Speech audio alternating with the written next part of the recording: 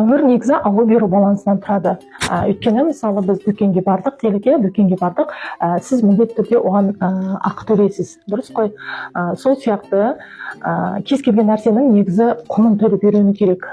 Негізі осы ментальды қарыз деген осы ұсақ түйек осындай нәрселерден шығады. Мысалы сіз бір пайдалы пост оқыдыңыз дейік, рилс көрдіңіз де, жаңағы ютубтан бір видео көрдіңіз, міндетті түрде ең болмағанда алу беру балансын сақтап, сіз міндетті түрде лайк басып кетіңіз деп айтатын едім. Және де мысалы сіз анаңыздың дәмді тағамын жедіңіз, міндетті түрде алғыс айтыңыз деген сияқты. Негізі алу беру балансы ол Құранда да бар.